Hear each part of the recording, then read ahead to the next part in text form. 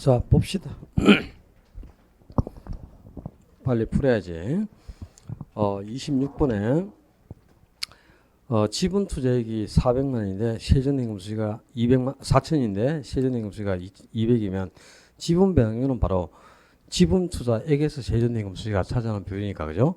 그러니까 4천만 원에서 200만 원이 차지하는 비율, 이게 지분 배당률이니까 당연히 5%가 되겠죠. 그 다음에 두 번째, 상가 건물을 구입하기 위해 자기 자본 6억 외에 3억을 대출받았다. 그럼 부채 비율, 부채 비율은 지분에서 부채가 차지하는 비율이에요. 그러니까 6억분의 3억이니까 당연히 이거는 50%가 되겠죠. 그 3번 지문은 이제 이번에 틀린 게 종합자본 환원율은 순영업 소득이 총투자액에서 차지하는 비율이고, 지금 그 3번 지문은 종합자본 환원율이 아니고 총자산 회전율이죠. 이 총자산 회전율이 총소득, 가능 총소득이나 유효 총소득이죠. 이 총소득에서 총투자액이 차지하는 비율입니다. 그러니까 총투자액이 지금 2억이야. 근데 총소득이 지금 1,400이라 그랬죠. 그러니까 2억에서 이게 7%인데 이 7%는 종합자본 환원율이 아니고 총자산 회전율입니다. 총투자에서 총소득이 차지하는 비율은 총자산 회전율이고, 종합자본 환원율은 총투자에서 순영업 소득이 차지하는 비율이에요. 이 비율이 어림시험에서 제일 중요한 비율이라고. 이 비율하고 역수가 바로 순소득 성수잖아요, 그지? 그리고 순소득 성수를 자본 회수기라 하고, 그러니까 순소득 성수는 바로 총투자 금액에서 순영업 소득이 차지하는 비율이잖아요. 요놈하고 역수가 이제 종합자본 환원율인데, 이거는 순영업 소득입니다. 순영업 소득. 총소득이 아니고. 그러니까 총자산율하고 종합자본 환원율을 구분을 못 해가지고 지금 3번을 틀린 거지. 그 다음에 4번에 아파트 구입에 필요한 총액이 4억인데 1억을 대출받았다. 그럼 내 돈은 3억 쓴 거죠. 4억 중에. 그러니까 자기 자본은 75%가 되겠고, 자기 자본 비율은. 자, 이 부채 감당률, 5번 지문에 부채 감당률. 요 부채 감당률이 우리 시험에 등장하지 않으면 내가 물어드립니다. 반드시 외우고 가시라 그랬지. 순영업 소득이 부채 수비액의 몇 배가 되느냐. 이 부채 수비액이 원리금 아닙니까, 그지? 그러면 부채 감당률이 1.5인데 순영업 소득이 3천만 원이라. 그럼 매 기간 상환할 원리금 총액, 요 최대 부채 수비액은 당연히 3천 나누기 2천 해야 1.5가 나오니까 2천만 원이 되겠죠. 뭐 어디가 틀렸어요? 5번이. 뭐 마침표가 빠졌나? 글자가 틀린 게 있나? 이제 이 어림심표에서 여러분들이 제일 중요한 비율이요. 순소득 성수하고 종합자본 환원을 최소한 요구하고, 그다음에 또 지분 배당률. 요 지분 배당률도 당연히 이 공식 외우셔야 됩니다. 지분 배당률. 지분 투자 금액이다. 이거는 총 투자액이 아니고 이제 지분 투자액에서 세전 현금 수지가 차지하는 비율인데, 요 세 가지 비율 정도는 외우고 가셔야 됩니다. 어림셈법은 요 비율들은 어림시험에서 반드시 등장하는 비율이야. 이걸 모르고 시험장에 가는 거는 말이 안 돼요. 어림시험부터 한 문제가 나옵니다. 비율 분석하고 각각 하나씩. 그러면 27번 잘 봐야 되겠죠. 원금균등 상환 방식하고 원리금 균등 상환 방식은 계산 구조가 달라요. 원금균등은 제일 먼저 원금부터 계산을 해야 돼. 원금 어떻게 구해요? 융자 받은 금액을 상환 기간으로만 나누면 일정한 원금이 계속 변제가 되죠. 그 다음에 원금 구하고 나서 이자를 계산합니다. 이자는 항상 남은 잔금의 이자를 곱한다요. 그렇게 해서 이제 원금하고 이자를 계산했잖아. 그럼 원금하고 이자를 따로따로 이렇게 구해가지고 두 개를 합쳐주면 그게 바로 원리금이죠. 요 방식으로 이제 구해내야 돼. 원리금을. 요 순서가 있어요. 그 원리금 균등은 계산 순서가 역순이라 원리금 균등 방식에서는 원리금을 먼저 구해야 되죠. 자, 원리금 균등 방식에서 원리금을 구할 때 저당 상수를 활용하잖아. 그죠? 원금 균등은 저당 상수를 활용하지 않습니다. 원금 따로 이자 따로 구해서 합쳐주면 원리금이 되잖아요. 요 저당 상수 없어지면 원리금 구할 때 원리금 균등 방식에서만 원리금을 계산할 때 융자에게 저당 상수를 곱하는 거지. 여기서 원리금이 계산되면 요 원리금에는 이자도 있고 원금도 있죠. 그럼 여기서 이제 이자부터 먼저 계산을 해. 이자는 항상 남은 잔금에 이자를 곱해서 이자를 구하죠. 그 이자 구해가지고 이제 원금을 어떻게 계산하면 돼? 원리금을 계산했잖아요. 그럼 거기서 이자를 빼버리면 그게 원금이 되겠죠. 이 계산 순서가 있단 말이야. 요렇게 해서 원금을 구해내야 돼. 그러니까 계산 순서가 완전히 역순이에요. 원금하고 원리금 균등은. 자, 원금 균등에서 1회차의 상한을 원금 요거 구해보자. 융자 1억 2천 받았죠. 1억 2천이고 상한기간이 10년인데 매월 상한한다 그랬잖아. 매년이 아니고. 그럼 매월 상한하면 이게 10년이 아니고 120개월로 나눠야 되겠지. 그지? 월로 바꿔야 되니까. 그럼 1억 2천 나누기 120이면 100만 원이네. 이거는 아주 쉽게 계산을 해. 100만 원 계산했는데 일단 100만 원 계산했을까 보자. 4번하고 5번 찍으면 이거는 대책이 없다. 그지? 요 정도까지는 구해야 될 거 아이가 일단은. 그지? 4번, 5번은 찍으면 안 되겠지 일단. 그 다음에 1, 3 주게 찍어야 되는데 원리연균등 방식은 원리금을 먼저 구해야죠. 융자 1억 2천만 원 받았잖아. 그럼 저당수가 0.011 그랬으니까 이거 곱하면 133만 2천 원이 매월 납부할 원리금 아닙니까? 그지? 그 원리금에서 이자 계산해갖고 빼버리면 원금이라. 이자는 잔금의 이자를 곱하는데, 잔금은 1회차에는 한 푼도 안 갚았으니까 융자 받은 돈이 잔금으로 항상 다 남아있잖아요. 1회차에는. 그지? 그럼 잔금 1억 2천만 원 남았고, 연이율이 6%를 안 했어. 6%면 이거는 매월 상하니까 12로 나눠야 원리율로 바꿔야지. 그럼 1억 2천만 원 곱하기 0.5% 해야지. 6%를 곱하는 게 아니고, 그지? 이율도 월로 바꿔야 되는 거면 매월 상한이니까. 그럼 1억 2천에 0.5% 곱하니까 이자가 60만 원이네. 그럼 원금하고 이자를 합치면 원리금이 133만 2천 원인데 거기서 이자가 60만 원이면 원금은 당연히 요 차액이니까 73만 2천 원 이렇게 되겠네요. 뭐가 어렵다고 뭐 계산 왜 못하는데 계산을. 그지? 니는 늘 하는 거니까 새끼야 하지. 우리는 아마 이런 거 다 어렵다. 그지? 요것만 계산하는 것도 아니고 그지? 다른 것도 해야 되고. 이 정도 문제는 풀 수 있는 능력이 돼야 됩니다. 요거는 이제 올해가 아니고 작년 감정평가사 시험에서 나왔던 문제인데요. 올해는 또 감정평가사 시험에서는 거치식 상한 방식을 가지고 응용 문제를 냈더라고. 원금하고 원리금 균등에서. 거치식 상한이라는 건 뭐냐? 자, 똑같이 그죠? 10년 상한 조건인데 만약에 3년 거치 10년 상한 그러잖아요. 근데 거치식이 있으면 3년간에는 원금은 납부하지 않고 이자만 낸다는 뜻입니다. 거치식은. 그러니까 이자만 계산해 주면 돼. 3년 동안에는 원리금 중에 이자만 나가는 거야. 원금 없이. 그러면 이제 계산이 되겠죠. 그 개념만 알아도 내가 다음 모의고사 때 그 감정평가서에 올해 출제된 거 거치식 상한을 응용한 문제 그거 내놨으니까 그때 다음 주에 풀어주고 그거는 다음 모의고사 때 3회 때. 오늘은 일단 원금균등하고 원리금 균등은 자, 원금 균등은 회차에 상관없이요. 몇 회차든 간에 뭐 10년 상한 조건인데 7회차 상한을 원리금이 얼마냐 구해야 됩니다. 7회차든 뭐든. 근데 원리금 균등은 1회차의 상한을 금액만 구하고 2회차부터는 계산을 못해. 너무 시간이 많이 가니까. 그러니까 요런만 일단 숙제해가지고 1회차의 상한할 금액 정도는 원리금 균등도 계산하는 요런을 좀 숙제해 두셔야 되겠어요. 그 다음에 오늘 낸 문제 중에는 28번 문제가 정말 이게 어려운 28, 9번이 실제 이제 29번은 어려운 건 아니지만 답이 어려워. 28번이 난이도가 좀 높은 문제예요.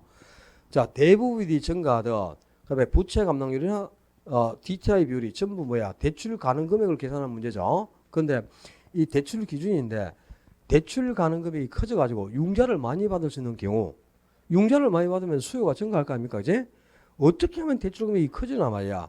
자, 1번에 대부 비율을 상향 조정해가지고 50% 대출을 걸 70% 대출이면 융자 많이 받잖아요. 또 담보로 주는 부동산 가격이 높아지면은 3억짜리에 50% 대출하고 주는 것보다는 5억짜리에 50% 대출하는 게 융자 금액이 훨씬 많죠? 그럼 1번은 이해가 됐어. 2번이 어려워. 저당 상수가 커지는 경우 그랬는데 자, 여러분들이 우리가 항상 그죠? 대출 가능 금액을 구할 때 원리금이 나오면 그 원리금을 어떻게 하라? 저당 상수로 나누면 그게 대출 가능 금액이 되죠. 원리금을 저당수로 나눠야 대출 금액이 계산되지 않습니까? 그지? 그렇지. 근데 분모에 저당 상수가 있는데 저당 상수가 커지면 대출 금액은 적어지는 것 아닙니까? 저당 상수는 작아져야지. 그래야 대출 금액이 늘어날 거 아니에요. 요걸 모르고 있잖아 지금. 우리 대출 가능 금액 계산할 때 원리금이 있으면 그 원리금을 항상 저당수로 나눠줘야 대출 금액이 계산되죠. 지난주에 대출 가능 금액 계산하는 거 했잖아요. 근데 그걸 지금 응용해갖고 요걸 지문으로 내니까 그냥 몰라. 그게 어렵지 지금. 저당수는 당연히 작아져야 대출 금액이 커지는 겁니다. 그래서 2번은 틀린 거고. 부채 감당률. 자 봐라. 부채 감당률은 순영업 소득이 부채 수익이 몇 배냐인데 부채 감당률을 하향 조정한단 말이에요. 부채 감당률이 낮아진다는 말은 그죠? 여기에는 원리금이 어떻게 된다? 증가한다는 뜻이지. 분모에는 원리금이 커져야 부채 감액률이 하향 조정될 것 아닙니까? 그럼 원리금이 커지면 원리금이 많아지면 대출 금액도 많으니까 원리금이 커지는 거죠. 융자를 많이 받아야 상환할 원리금이 많아지지. 대출 금액이 적어지면 상환할 원리금도 적어지는 것 아니야. 그러니까 부채 감액률이 하향 조정된다는 게 원리금이 많아진다는 뜻이고요. 원리금이 많으면 대출 금액도 커진다는 뜻이에요. 그러니까 이거는 당연히 융자를 많이 받는 경우입니다. 그 다음에 4번에 DTI 비율이 증가한다. DTI는 차입자의 연소득에서 연간 상환할 원리금 총액이 차지하는 비율인데 요 DTI 비율이 증가한다는 게 뭐고? 원리금이 많아진다는 뜻이라. 원리금이 많아질수록 당연히 그죠? 융자액도 커지는 거잖아. 융자를 많이 받아야 상환할 원리금이 커지는 거니까. 그 다음에 5번에 또 매년 그죠? 매년 똑같은 금액을 상환한단 말이야. 근데 상환 기간이 10년이라고 치고 1년에 1,000만원씩 상환하면 총 상환할 원리금이 1억이 되죠. 근데 상환 기간이 20년이면 1년에 1,000만원씩 20년 상환하면 상환할 원리금이 2억으로 커지잖아요. 원리금이 1억보다 2억일 때가 융자를 훨씬 더 많이 받은 거 아니야. 융자액이 커져야 원리금도 많아지는 거잖아요. 알겠습니까? 그죠? 이해가 안 되나 이거? 융자 10억 융자 받아가지고 10년 상환하는 거하고 20억 융자 받아서 10년 상환하는 거하고 원리금이 뭐가 더 많습니까? 1회에 상환할 금액이지. 1회에 상환액이 1,000만원이라고 쳐봐. 1,000만원. 상환할 원리금이 1,000만원. 그럼 10년 같으면 이걸 10번 상환하지. 그럼 총 1억 상환하겠지. 근데 상환할 금액이 매기 1,000만원으로 동일하단 말이야. 근데 20년이다. 20년. 매년 상환하는데 그러면 2억을 상환할 거 아니야. 그럼 1억 상환한 것보다 2억 원리금을 상환한 게 융자를 훨씬 많이 받았다는 뜻이잖아요. 융자액이 커질수록 상환할 원리금이 많아지는 거 아니야. 뭔 말인지 몰라? 뭐가 어려워 이게. 물론 2번 지문 같은 게 어렵죠. 물론 다 이 비율들 자체 이 비율을 모르니까 이게 이런 공식을 그지? 그러니까 이런 지문이 어려운 거지. 그다음에 29번에 MBB B만 두 개 들었죠. B만 두 개 들었으면 발행자가 저당권이나 원리금을 다 가지니까 투자자가 갖는 건 없죠. 그거 하자가 없지. 근데 3번에 MPTS 이 S가 붙었으니까 지분이 아니까 MBB는 채권행위고 그죠? 지분행위인데 MPTS는 B자가 안 들어가 있죠. 그럼 T만 있으니까 저당권이나 원리금 수익권을 투자자가 다 갖는 거지. 투자자에게 원리금 수익권은 저당권을 다 주잖아요. 그런 모든 위험을 투자자가 다 감수하잖아. 그지? 가장 투자자에게 위험이 높고 그래서 투자자 입장에서는 수익이 가장 큰 게 MPTS죠. 그 다음에 CMO는 MPTB하고 똑같단 말이에요. 구조가. 그럼 MPTB하고 같으니까 저당권과 원리금 수익권을 한 개씩 나눠 가지죠. 저당권은 발행기간이 보유하고 원리금 수익권만 투자자 주니까 발행기간 하나 투자자나. 그래서 T 하나 B 하나 같이 들었잖아. 그지? 이 CMO하고 MPTB는 똑같습니다. 구조가. 그러니까 5번도 하자가 없지. 그 다음에 4번에 한국주택금융공사에서 발행하는 대출상품이 두 개야. 만들어낸 대출상품이. 그게 19세 이상의 무주택자를 대상으로 하는 모기지론과 55세 이상의 노령층을 대상으로 하는 주택연금 영모기지론이 있죠. 이거는 주택금융공사가 만들어낸 대출상품이지만 한국주택금융공사에서 무주택자에게 직접 대출해 줍니까? 시중은행에 위탁 판매를 하잖아요. 지금 그죠? 국민은행, 뭐 하나은행 뭐 이런 데서 다 위탁 판매하는 상품이죠. 이 대출 상품입니다. 주택금융공사가 발행한 대출 상품이죠. 전혀 하자가 없어요. 2번 지문이 어려워요. 자, 왜 이걸 틀리느냐?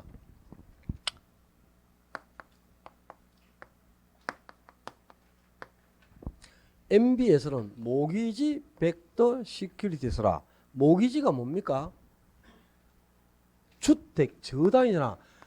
차입자들이 주택을 담보로 대출을 받으면서 설정한 저당권, 주택에 설정한 저당권, 그걸 담보로 발행한 정권이 MBS죠. 그럼 MBS는 주택 저당을 정권화시킨 겁니다. 주택 저당을 부동산에 대한 지분을 정권화시킨 게 아니고 주택에 설정된 저당을 정권화시킨 상품이란 말이야. 그 다음에 ABS는 Asset Backed Securities니까 Asset이 뭐야? 금융기관이 보유한 모든 자산입니다. 금융기관의 모든 자산을 정권화시킨 상품, 그건 ABS라. 그럼 부동산에 대한 지분, 부동산에 대한 지분을 정권화시켰다. 이건 뭘까요? 여러분들이 우리 저 부동산 금융에서 지분금융을 대표하는 게 있고 부채금융을 대표하는 상품이 있었잖아요. 지분금융을 대표하는 상품이 뭐고? 리처라든가 신디케이터라는 게 있다니까. 요 리처나 신디케이터는 부동산에 대한 지분을 증권화시킨 겁니다. 근데 MBS는 주택 저당을 증권화시킨 상품이라 주택 저당 모기지를 증권으로 만든 게 MBS라고. 자, 이 지문이 어려운데요. 물론 이 지문 어렵죠, 여러분들 수준에서. 근데 이것도 내가 만든 지문이 아니잖아. 16회 때 기출문제로 처음 이 지문이 등장하고 그때 정답률이 0.3%밖에 안 돼요. 0.3%. 1000명 중에 3명 맞았던 문제야, 이 문제가. 근데 이 2번 지문이 틀린 지문으로 나왔거든. 그리고 이게 응용해가지고 우리 기출문제에 몇 번 등장을 했어요. 그럼 기출문제를 풀었으면 이 지문이 어디가 틀렸다는 걸 알고 있어야 되잖아, 그죠? 이 지문 자체가 어려워요. 이 부동산에 대한 지분을 증권화시킨 거. 지분이나 주식이나 증권이 같은 말이란 말이야. 그래서 주식 발행을 통해서 자기 자본을 조달하는 게 지분금융인데 그걸 대표하는 게 신디케이트하고 리츠입니다. 이거는 부동산에 대한 지분을 증권화시킨 거고 MBS는 주택 저당을 증권화시킨 상품이에요. 구분하겠지 이제. 30번에 한국주택금융공사에서 판매하는 대출 상품은 모기지론하고 영모기지론 두 개가 있어요. 모기지론, 보금자리론이 있고 그 다음에 영모기지론이 바로 주택연금제도죠. 물론 차이점이 여러 가지가 있습니다. 근데 다른 차이점은 모기지론은 만 19세 이상의 무주택자나 1주택 소유자가 주택 구입자금을 10년 이상 장기간 대출받는 상품이죠. 그 다음에 주택연금은 만 55세 이상의 노령자가 노후 생활자금을 매달 연금 형식으로 지급받는 제도다. 그 정도 다 알고 있잖아, 그죠? 차이점. 두 개 차이점이 있어요. 자, 모기지로는 금리 적용 방식이 뭐다? 고정금리를 정하는 게 중요한 특징이에요. 근데 주택연금은 변동금리를 정하고 있잖아, 그지? 이거 구분을 하셔야 됩니다. 근데 모기지로는 고정금리인데도 10년 이상의 장기 대출이잖아요. 그럼 장기 대출 기간 동안에 인플레가 생겨서 화폐 가치가 하락할 텐데 금리를 인상을 못 하잖아. 그지? 그러니까 금리를 인상 못 하니까 일정 기간 동안에는 금융기관이 이자를 받을 기회가 있어야 된단 말이야. 그래서 3년 이내 상한 시에는 위약 수수료를 부과한다 이 말이에요. 수수료를 부과하죠. 근데 주택연금은 그죠? 언제든지 상환 가능해요. 언제든지 해지할 수 있단 말이에요. 언제든지 해지가 가능하고 한 달 연금 받고 그 다음 달에 바로 해지할 수 있어. 그래도 위약 수수료를 부과하지 않아요. 왜 부과를 안 해 이거? 아버지가 아파트 한 채 갖고 있어가지고 그죠? 생활비가 없어서 60세 이상 되고 소득도 없고 뭐 그걸 담보로 생활비 받아 쓰잖아요. 아들이 알았다. 아버지 내가 생활비 들을 테니까 그거 주택연금제도 그거 해지하세요. 해야지. 왜 해야 됩니까? 안 하면 칼에 목에 칼 들어온다니까. 칼에 목이 들어오는 게 아니고 목에 칼이 들어와. 이걸 해지를 안 하고 있다가 아버지가 돌아가시면 사망 시점에서 금융기관이 소유권을 취득해가지고 주택을 매각해서 채무를 변제해 가버리죠. 그럼 자식 입장에서 보면 아버지가 이걸 연금 해지를 안 하고 하면 자기가 상속받을 아파트가 없어버리잖아요. 돌아가시면 내가 상속받을 물건인데. 그러니까 내가 생활비 들을 테니까 해지하세요. 그러면 해야 된단 말이야. 큰일 나 안 그러면. 그래서 그걸 반영해가지고 수수료 없이 언제든지 해지하도록 만든 겁니다. 실제 의미가 이런 의도가 있어요. 당연히 구분해야 돼요. 두 개. 모기지로는 고정금리다. 요 이제 모기지로의 금리 적용 방식이 고정금리라는 거 다음 모의고사 때 응용해서 또 냅니다. 자, 인플레가 예상되는 시기나 시장금리가 상승이 예상된다. 그럼 금융기관은 고정금리를 이용한 게 유리해요? 변동금리를 이용한 게 유리해? 뭐라고? 변동금리를 이용해야 되겠지. 인플레가 예상된다. 화폐 가치가 하락할 거 아닙니까? 시장금리가 상승하면 금리를 따라서 인상해야 될 거 아니야. 그럼 변동금리를 적용해야 되겠죠. 그게 유리하다 말이야. 그러면 모기지론하고 CD 연동대출 중에 뭘 이용하는 게 유리하다. 금융기관은. CD 연동대출을 해줘야 금융기관은 유리하고 차입자는 모기지론을 이용한 게 더 유리하다 이 말이야. CD 연동대출이나 코픽스 연동대출은 변동금리 방식이라는 뜻입니다. 근데 모기지론은 고정금리 방식이잖아요. 그죠? 그럼 인플레가 예상되거나 시장금리가 상승할 때는 금융기관은 금리를 따라 인상해야 되니까 변동금리가 유리하겠지. 근데 차입자는 고정금리가 하겠죠. 그죠? 금리를 따라서 인상해주면 안 되잖아. 그죠? 그래서 인플레가 예상되거나 시장금리가 상승할 것 같다. 그때는 차입자는 모기지론이 유리, 금융기관 입장에서는 CD 연동 대출이 더 유리하다 이 말이다. 변동비를 중에서 대출해 주는 게. 이해하겠죠?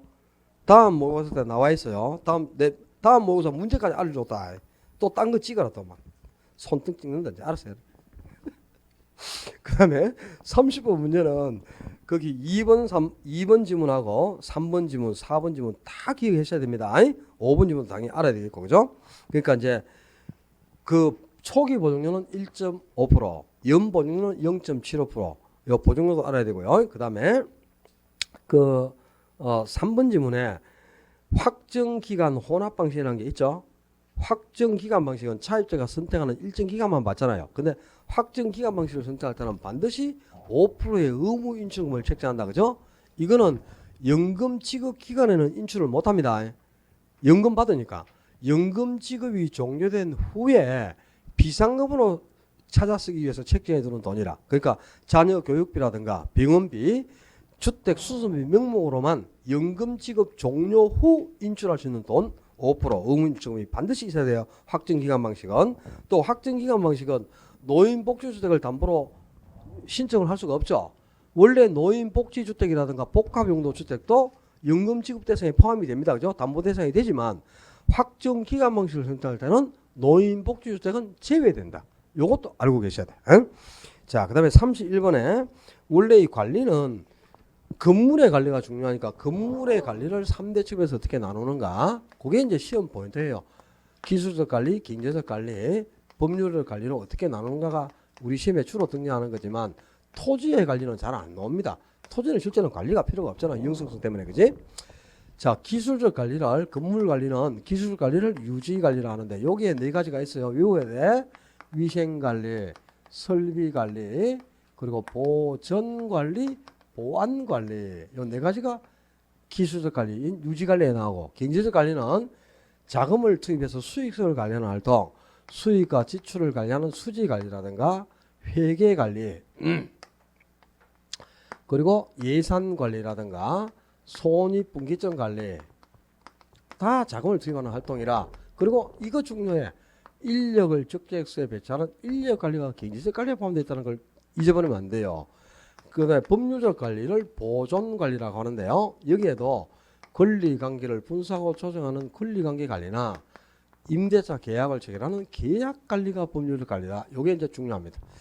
요게 이제 건물을 3대 첩에서 관리 활동을 나눈 거죠. 근데 토지의 관리는 나올 게 없어요. 안 나오는데 토지의 관리 중 기술적 관리만 사례를 좀 알아놔.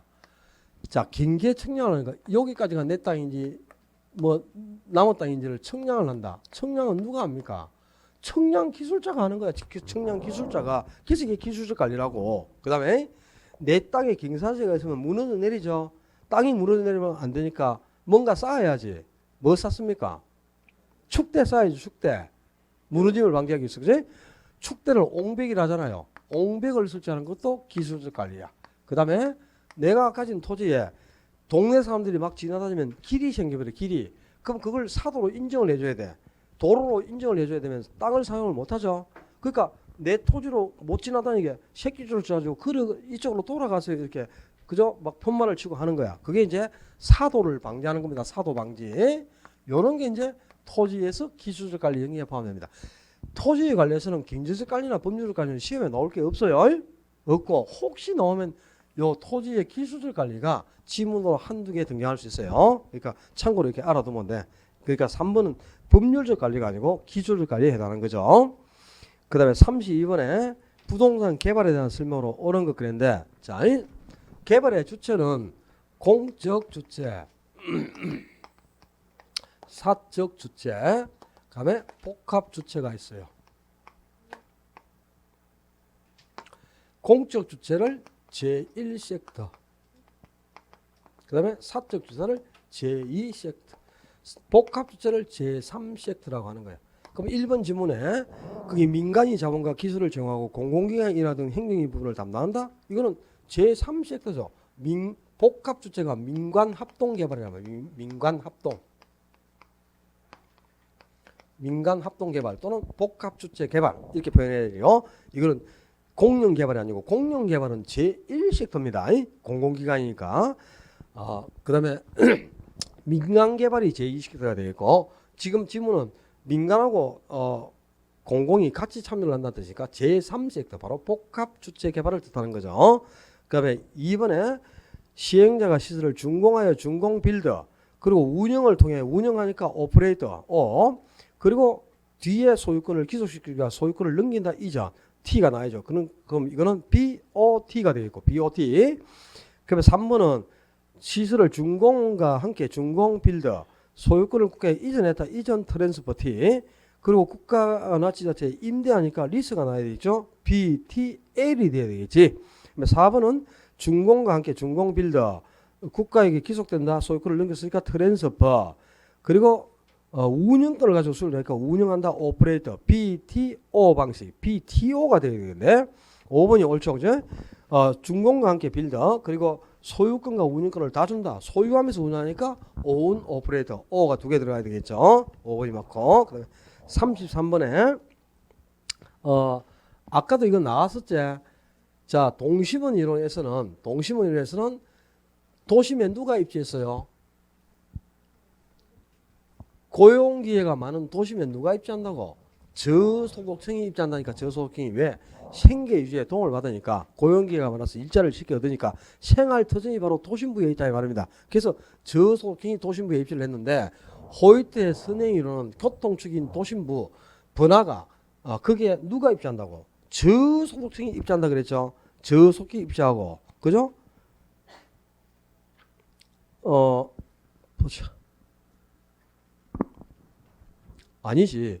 동심은 이런 저소득층이고 고소득층이 거기 입지를 했죠. 그리고 저소득층은 이제 교통축에 그 고소득층이 가장 먼저 자리를 잡으면 저소득층은 어디에? 고소득층의 반대편에 입지를 해. 그러니까 2번 지문은 지금 저급주택지가 아니고 고용기회가 많은 도심에 누가? 고소득층이 가장 먼저 자리를 잡아요.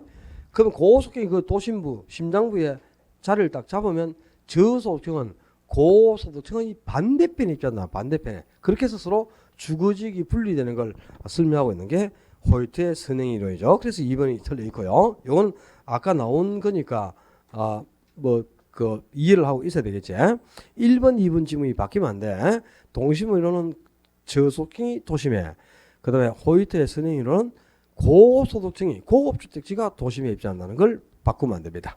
그 다음에 34번에 지난주에도 마케팅 냈으니까 지금 거기 5번 질문에 있는 것처럼 주의, 관심, 욕망, 행동으로 이어지는 주의, 관심, 욕망, 행동이 뭐고? 아이다 원리잖아. AIDA. 아이다 원리에 기반을 두고 있는 마케팅이 고객 점유 마케팅의 핵심 아닙니까? 고객 점유 마케팅. 그 다음에 관계 마케팅 하고 나오면 무슨 말이 나와야 되느냐 하면은 공급자하고 소비자 간의 관계가 1에서로 끝나면 안 되니까 이 공급자와 소비자 간의 지속적인 관계 유지의 목적을 둔다니까. 요 말 관계 유지의 목적을 두니까 그래서 관계 마케팅을 한다고. 요 용어가 들어가지 않으면 관계 마케팅이 아닌 겁니다. 좀 제발. 왜 아직도 이걸 뭐 1번 찍고 4번 찍고 참 내용 4번은 또 왜 틀렸다 하는 거야. 이걸 그죠? 제품 가격 유통 경로 홍보의 제청면이니까 홍보하고 같은 말이 판매 촉진이라 프로모션. 그걸 판매 촉진 전략이라고도 하고 프로모션이라고 하거든. 홍보 전략이라고 하거든요. 그리고 또 그 유통 전략이라고도 합니다. 프로모션을 여러 가지로 표현해. 판매 촉진 또는 홍보 또는 유통 경로하고는 달라. 플레이에서는 유통 경로 전략이지만 프로모션은 홍보 또는 판매 촉진, 유통 여러 가지로 표현합니다. 근데 요거 이제 판매 촉진 전략을 홍보 이렇게 해놓으니까 또 정옥 씨는 또 4번 틀린 줄 알았지? 그래서 내가 다 알아요. 여러분 속 마음을 다 들여다보고 있지. 그제? 다 알고 있어. 5번까지 읽을 겨를이 없었지. 관계 마케팅 하면 관계 유지 요 말이 들어가야 됩니다. 그다음에 아이다 원리가 나오면 주의, 관심, 욕망, 행동 요게 나오면 기계적으로 고객 점유 마케팅 하는 게 딱 스쳐가야 돼요. 그다음에 35번 많이 틀렸죠. 1, 2, 3, 4번 공식은 다 외워야 됩니다. 이거 틀리면 안 되잖아. 지금 적상 가격은 제조달 원가에서 감가액을 빼는 거지. 취득 원가는 감독법에서 쓰는 용어가 아니잖아요. 이거는 기업 회계 감가 상각에서 쓰는 용어잖아요. 그지? 제조달 원가에서 감가 누계액을 공제해서 가격을 구하는 게 원가법 아닙니까? 그리고 2번하고 3번에 윤금씨 잘 들어. 기대 이율은 임대료를 계산하는 이율이고 환원 이율이 가격을 계산하는 이율이라. 이율이 서로 바뀌어 있단 말이야. 수익 가격을 구할 때는 환원율로 수익을 나누는 거고, 그다음에 임대료를 계산할 때는 기초가격의 기대 이율을 곱하는 겁니다. 그 두 개의 이율이 서로 지금 바뀌어 있잖아. 그다음에 임대료를 계산할 때는요, 항상 경비는 더합니다. 그러니까 3번에 적산율을 계산할 때도 필요적임비는 더했죠. 그 뭐 4번에 수익임률을 구할 때도 순수익의 필요적임비를 더하는 거야. 수익분석법은. 이 수익 방식에서 수익분석법이 바로 수익임률을 계산하는 방법이죠. 순수익의 필요적임비를 더해서 임대료를 구하는 게 수익분석법이죠. 5번이 맞는데요. 자, 이 순임대료가 뭐냐? 순임료가 순수한 임대료 이 말이야. 순수한 내 주머니에 딱 떨어지는 순수한 임대료를 순임료라고 하는 거야. 그럼 실질임료는 뭐냐? 실질임료는 임차인이 임대인에게 지불하는 모든 임대료를 실질임료 이렇게 표현합니다. 모든 임대료를. 그럼 임차인이 모든 임대료를 이렇게 주잖아요. 임대인한테. 그럼 어차피 임대료 받아가지고 경비를 지출해야 되죠. 임대인이 경비를 지출하고 나면 지 수준에 딱 떨어지는 임대료가 있잖아. 순수하게. 그게 수임료야. 그러니까 모든 임대료에서 경비 빼고 필요적임비를 빼고 순수하게 임대인 주머니에 떨어지는 임료. 그게 순임료다 이 말입니다. 그 실질임료 모든 임대에서 경비를 빼야지.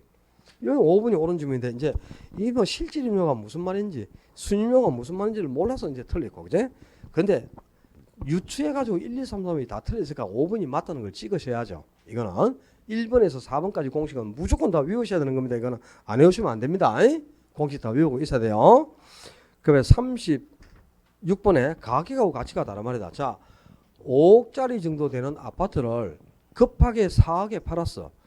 그럼 5억짜리 정도 할 때 5억이 가치죠. 그리고 실제 시장에서 이제 매도인과 매수인 사이에 합의하에 4억에 거래를 했다. 그럼 4억이 가격이 되죠.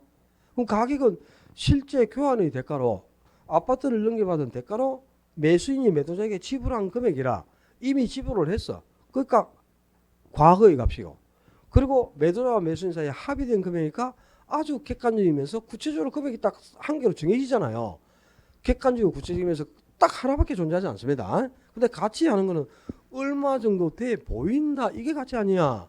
이거는 사람마다 다 다르게 느끼는 거가 주관적이고 추상적인 거야. 금액이 정해지지가 않아요. 사람마다 다 다르게 느끼니까 여러 개가 존재할 수 있는 다원적 개념이에요. 그리고 가치를 정의하면 내가 가지고 있는 부동산이 장래 어느 정도 이익을 가져줄 것 같아요. 근데 그걸 지금 시점에서 돈으로 환산해 보니까 얼마 정도 돼 보인다, 이런 뜻이라. 그럼 가치는 정의를 하면 장래 이익을 현재 가치로 환원한 값. 장래에 발생할 이익을 현재 시점에서 돈으로 환산한 거야. 그러니까 이거는 현재의 값이죠. 그래서 가치하고 가격은 그게 2번하고 3번, 그다음에 5번 요 세 개의 차이점 정도는 숙지를 하고 있어야 돼. 2번, 3번, 5번 정도는. 다른 지문은 뭐 모른다 하더라도 최소한 그 정도는 알고 있는 게 좋겠죠. 그다음에 37번 문제, 이것도 지금 또 틀리면 안 됩니다. 가격 원칙에서는 균형의 원칙하고 적합의 원칙을 구분하는 게 90% 출제된다고. 올해도 여기서 답을 요구할 확률이 높다 그랬잖아요. 그럼 균형의 원칙이 내부와의 조화를 강조하는 원칙, 내부 구성물과의 조화, 이걸 강조하는 원칙으로 기능적 강가를 판단하는 거잖아. 경제적 강가가 아니고. 그리고 요놈이 개별 분석의 근거를 제기해 주죠. 그리고 지역 분석이 외부와의 조화를 강조하는 원칙이고, 그죠? 그리고 요놈이 경제적 강가의 판단 근거라고. 그리고 지역 분석의 근거를 제시해 주죠. 그럼 균형의 원칙은 내부 구성 항목과의 조화를 강조하는 원칙으로 기능적 강가를 살피는 근거가 되는 거지. 무슨 경제적 강가가 균형의 원칙에 왜 나와야? 경제적 강가는 적합의 원칙에 나와야지. 그 다음에 4번 찍으면 안 되는 게 추가 투자 판정 기준이 되는 거는 기회의 원칙하고 수익 재정 체감 두 개가 있다 그랬고, 또 대체의 원칙은 3방식 모두의 근거가 되고, 그 다음에 밴드의 원칙이 장래 시간과 관련해서 과거, 현재, 미래의 시간이 변한다. 그런 시간이 변함으로 부동산 가격도 계속 변화한다는 게 밴드의 원칙이고, 그래서 기준 시점을 확정하고 시점 수정이 필요한 근거가 밴드의 원칙이다. 그렇지 않습니까? 이 지난주에도 냈고, 그죠? 기능적 강가인지 경제적 강가인지가 구분이 안 돼 있어서 또 이것도 못 찾아내네. 그죠? 어렵죠? 그 다음에는 또, 그죠? 또 역시 내면서죠? 또 다른 형태로 또 빗들어 보는 거야. 빗들 때마다 다 엮여야 했던 그냥 조금만 뭐 해놓으면 그냥 막 조금만 해놓으면 아이고 참 바늘로 콕 찌르면 그냥 온 동네 피투성이가 돼가지고 그냥 철갑을 둘러야 돼 이제 몸에. 적응력이 없는지 모르겠어요. 계속 냅니다. 균형의 원칙하고 적합의 원칙을 구분하는 거는 무조건 나올 거니까 올해. 그다음에 변동의 원칙하고 대치의 원칙. 또 한 개 첨가할 거. 수익 배분의 원칙을 알아야 되죠. 수익 배분의 원칙. 자, 부동산에서 발생한 총 수익을 어디에 먼저 배분하고 토지 이외의 생산 요소입니다. 자본, 노동, 경영과 같은 토지 이외의 생산 요소에 먼저 수익을 배분하고 남는 잔여 수익이 있을 때 잔여분이 최종적으로 토지에 배분된다. 그게 수익 배분의 원칙이죠. 그리고 수익 배분의 원칙은 잔여법에 근거한다. 잔여법. 토지 잔여법의 근거가 바로 수익 배분의 원칙입니다. 38번에 사정 보정치라든가 지역 요인 비교치, 개별 요인 비교치를 구할 때는 대상 부동산을 분자해 사례 부동산을 분모해 두고 사정이 개입돼 있거나 지역 요인이나 개별 요인에 차이가 나면 요 대상이나 사례를 100분의 100으로 부여한 후 여기에 차이 나는 만큼을 더하거나 빼라 그랬죠. 100분의 100에서. 근데 더하거나 빼기를 할 때 어디에서 더하기 빼기를 해야 돼? 분모 분자 중에. 분모든 분자든 주어에서 더하기 빼기를 하는 말이야. 주어. 그러니까 대상에 어디가 붙어 있다. 대상에. 그럼 분자에서 더하기 빼기를 해야 되겠죠. 사례에 어디가 붙으면 요 분모 100에서 더하기 빼기를 해야 되겠지. 그지? 그리고 몇 프로 비싸게 거래를 했다. 고가로. 지역요인이나 개별 요인이 몇 프로 우세. 그러면 그 숫자만큼 어떻게 하라고?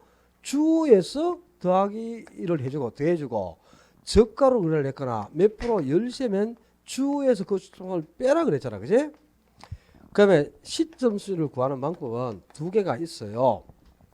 지수법은 기준 시점의 지수를 분자, 거래 시점의 지수를 분모해 두고 100분의 100에서 기준 시점까지 지가가 상승했거나 하락했다 그러면 요 분자인 기준 시점에다가 상승 하락분을 더하는 거야. 더하거나 빼는 거. 거래 시점에 손을 대는 게 아니고 기준 시점까지 가격이 변하는 거니까 기준 시점 분자에다가 상승했으면 더해주고 하락했으면 하락분만큼을 뺍니다. 기준 시점에다가. 이게 지수법이고 그다음에 변동률법은 1 플러스 R의 N승에 대입을 하는 거죠. 요 기간하고 변동률을. 그죠? 그럼 지금 봐라. 대상 부동산의 면적이 1200이고 사례 부동산보다 개별 요인 15% 열세, 사례의 면적이 1년 전 2억에 글을 냈으니까 자, 사례 가격 2억 나왔죠, 지금. 그다음에 거기서 초점이 뭐야? 첫 번째 하고 두 번째 지문에서 대상 부동산은 면적이 1200인데 사례의 면적이 1000이죠. 면적의 차이가 나면 면적 비교까지를 해야죠. 근데 면적 비교도 개별 요인 비교하고 같은 거야. 그냥 대상의 면적을 분자, 사례의 면적을 분모에 대입하면 돼. 분모 원자에. 그러면 1000분의 1200이 나왔잖아. 면적 비교치가. 그치? 대상이 분자에 가야 되니까. 그럼 면적 비교치가 1.2가 계산됐어. 그 다음에 또 그 첫 번째 질문에서 대상 부동산은 사례보다 개별 요인 15% 열세 그래서 대상하고 사례 중에 뭐가 주어야? 대상 부동산은 사례보다 15% 열세 그러니까 대상이 주어 아닙니까? 그럼 이 대상 분자에다가 15% 열세면 15를 빼야 되겠네. 분자에다가. 그럼 사정 분식이 얼마고? 100분의 85가 나왔네. 0.85가. 그 다음에 또 마지막 질문에서 기준 시점까지 지가가 5% 하락했다 그랬다. 기준 시점까지 5% 하락. 그럼 요 시점수가 기준 시점에 5% 하락했으니까 5를 빼면 되겠지. 분자에다가. 그러면 시점수는 얼마고? 100분의 95가 나왔단 말이야. 0.95가. 그럼 요 나온 거 다 그냥 곱해주면 되죠. 2억 곱하기 1.2 곱하기 0.85 곱하기 0.95 쭉 해봐라. 1억 9,380만 원 안 나와요. 지금 그 비교 방식은 무조건 이거는 계산 문제로만 반드시 나오는 거니까 38번은 이거는 계산 문제에 세수는 절대 안 나와요. 그러니까 공시가 기준법이든 거래 사례 비교법이든 가격 구하는 거는 원리가 똑같으니까 이 정도 수준의 문제는 이제 안 틀리도록 좀 하고 좀 풀어봐요. 풀어봐. 제발 좀 답을 좀 찾아봐. 그 다음에 계산 문제는 올해 1번이 많을 거라 해서 내가 일부러 답도 1번에 넣어놓고 했는데, 그죠? 아까 그 뭐 헛부의 확률목도 답 1번에 넣어놓고, 그죠? 계산 막 소수 몇째까지 나오고 해갖고 일부러 답을 1번에 넣고 했는데 그래도 1번 안 찍어요. 또 찍으면서도 또 4번 찍고 막 5번 찍고 막 난리를 떨더라니까. 모르면 그냥 1번 찍어놔도 보든지 한 미터라도 좀 봐라. 쟤를 쏘는 셈 치고 쏙 터져. 그 다음에 자 자, 감가 수정 방법은 내용 연수를 기준으로 매년 감가액을 구하는 방법이 세 가지가 있었어요. 역시 저희 지난주에도 했고 이번 주에도 또 했고 다음 주에도 또 다음 주에는 이제 이론이야. 지금 동행 모의고사 두 번 쳤죠? 그러면 이제 다음하고 그 다음 주 2주 연속은 이제 이론 총정리입니다. 그러니까 자료를 만들어 가지고 전범에 대해서 이론에 관한 자료를 나눠주고 그걸 2주 동안에 총리를 한번 하는 거예요. 2주 동안에 전범에 대해서 이론을 한번 총정리하고 그리고 또 10월에 가서 또 2주 연속 또 동행모사 치고 이렇게 해서 이제 6주가 구성되는 거야. 그러니까 다음 주에는 볼펜만 들고 오면 돼. 근데 이론 총정리가 가급적이면 이론을 좀 볼 수 있는 자료가 있으면 좋겠죠.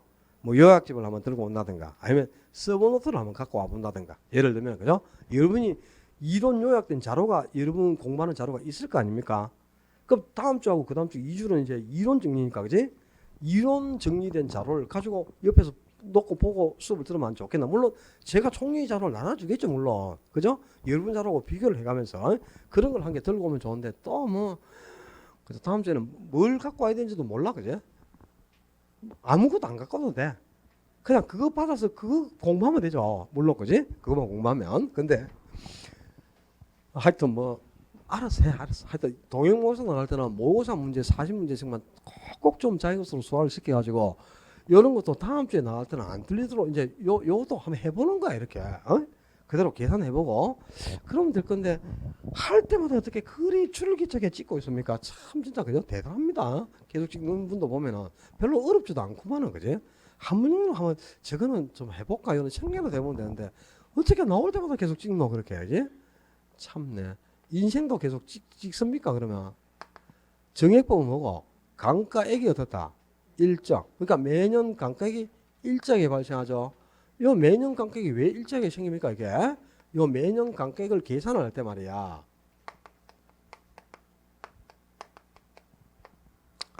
감가가 발생하는 총 금액을 경제적 내용수로 평균 분할을 해버려요. 경제적 내용수로 나눠버린단 말이에요. 그러니까 매년 감가액이 일정하게 생기죠. 이게 정액법이고 정률법은 감가율은 어떻고요?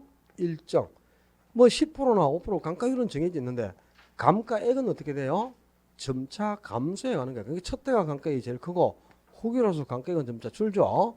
요 이제 감가액이 왜 이런 모습을 보냐면 요 매년 감가액을 계산할 때 미상각 잔액 뭐 미상각 잔액을 잔존 가격이라고도 합니다. 이 잔존 가격인 미상각 잔액에 일정한 감가율을 곱해서 감가율을 계산해요. 그러니까 감가율은 딱 정해졌단 말이에요. 몇 프로 이렇게 일정하게. 근데 감가액은 미상각 잔액 때문에 첫 때가 제일 크고 우위로 할수록 점차 감소해 가죠. 그리고 상한기업법은 정액법과 똑같은 원리로 매년 일정한 금액이 감가된다고 가정을 하죠. 근데 이 감가되는 금액을 회수해서 뭐예요? 다시 재투자를 해. 그럼 거기서 뭐가 들어온다? 이자가 이자를 붙여가니까 이자는 항상 단리가 아니고 복리로 발생해. 그래서 복리 이자가 발생하는 게 가정이 돼 있으니까 요 이자를 뺀 윗부분만 매년 감가되는 금액으로 보는 거죠. 그지?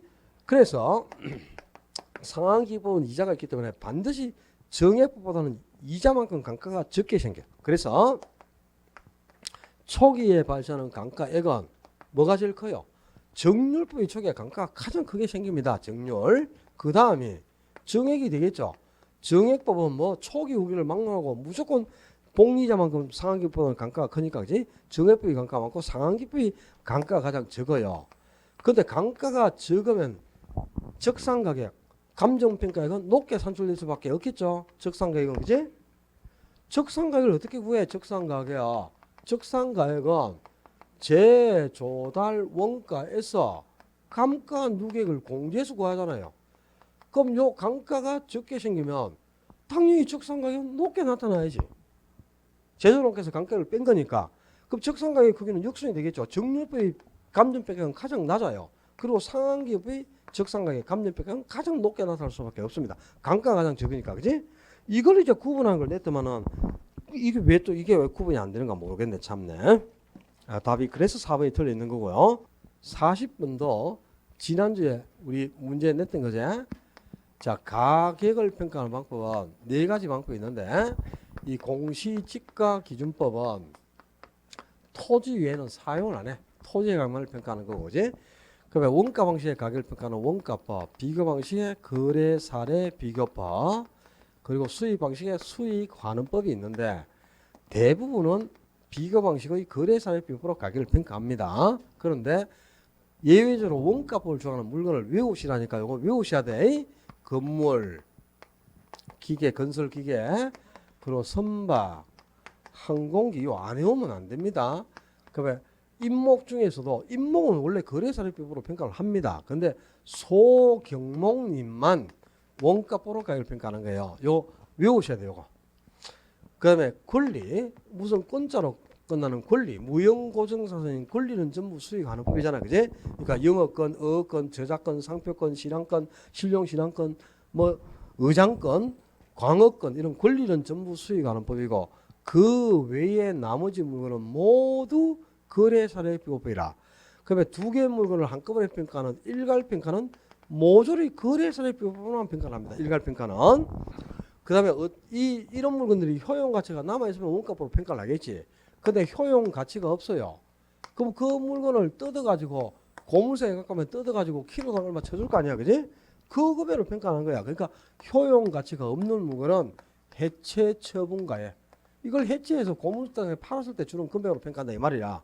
효용가치가 없는 물건은. 그 다음에 임대로를 평가하는 방법도 세 가지가 있지만 우리나라에서는 가장 중추적인 게 비교 방식이라고 그랬지. 그래서 임대로는 비교 방식에서 임대로를 평가하는 임대사례비교법, 임대사례비교법으로 평가하는 게 원칙입니다.